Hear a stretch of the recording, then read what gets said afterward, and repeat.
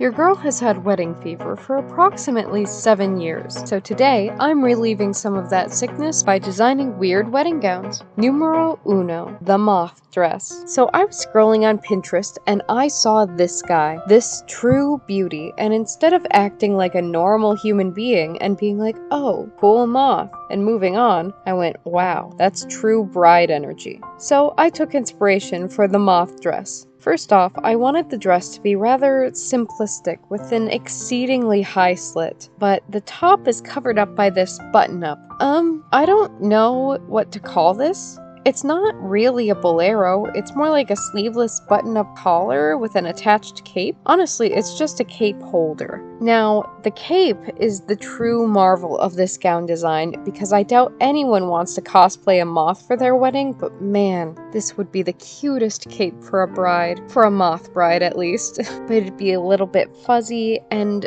I kind of envision almost painting on the design with like maybe dyes. I don't know, I would love to make it. I just love her. And look, I know that no one is gonna want these dresses for their wedding, but actually they might. They might just want the Scribble Dress. Despite the name, this is the most practical and honestly feasible of the designs in this video. It's a black and white design with vintage vibes and a detachable black train with this big ol' bow. It's also a wrap dress, so if your weight changes, the dress isn't suddenly in need of massive alterations like some of the crazy dresses I've seen out there.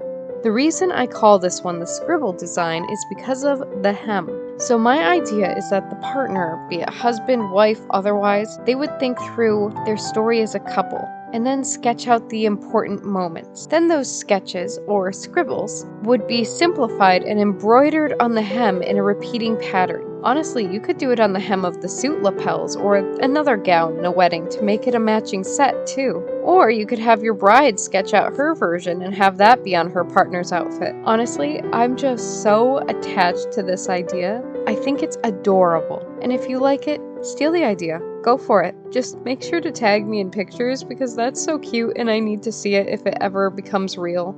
Next up is the stained glass gown. Now, don't let the name fool you. This outfit includes pants. I had to have at least one of those in this video, because who doesn't want to consider at least wearing pants on their wedding day? I'm obsessed with stained glass, and especially stained glass effects in clothing. I have like 3 different projects around stained glass outfits planned for this YouTube channel. I guess I just really aspire to be a haunting colored window at a sunset. Very dramatic, you know what I mean? Alas, I have skin. But anyways, this dress is basically half see-through. It's designed to be bright and fun and to have the colors just play.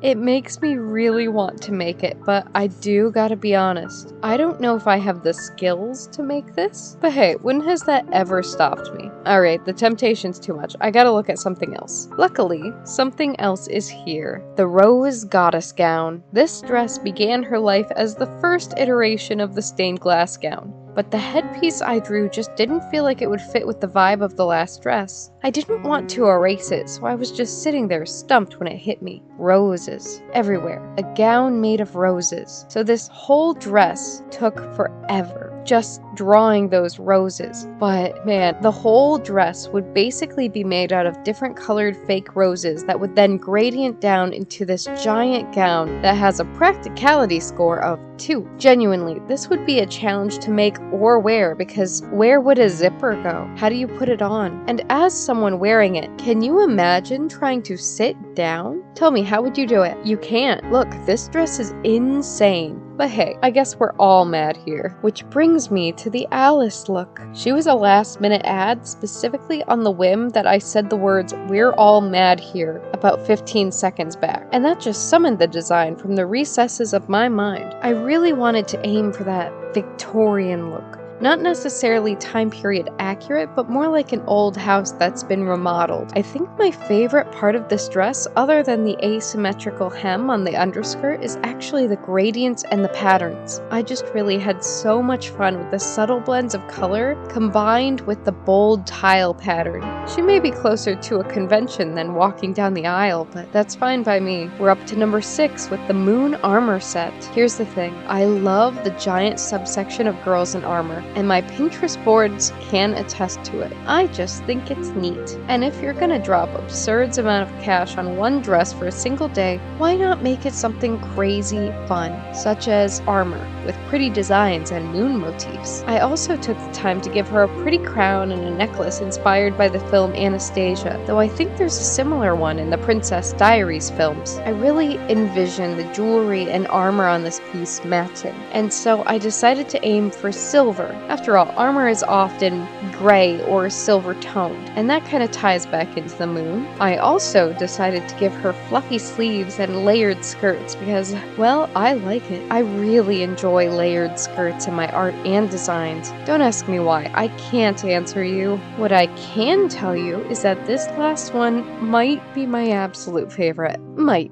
Not gonna lie. The moth look and the stained glass gown sure are difficult to ignore my adoration for. But anyways, I feel like a video about alternate wedding dresses wouldn't be complete without a rainbow look, so let's tackle it. I was also inspired by the Bertha from the Cinderella gown. See, I wanted big. That was kind of the goal behind this gown. Big train, big veil, big Bertha. So I made it long and flowing, and that's where the rainbow appears. I wanted the rainbow to fade in like real rainbows do, right at the edges. I don't know how one could feasibly do this effect without airbrushing the dress, but man, I adore this gown so much.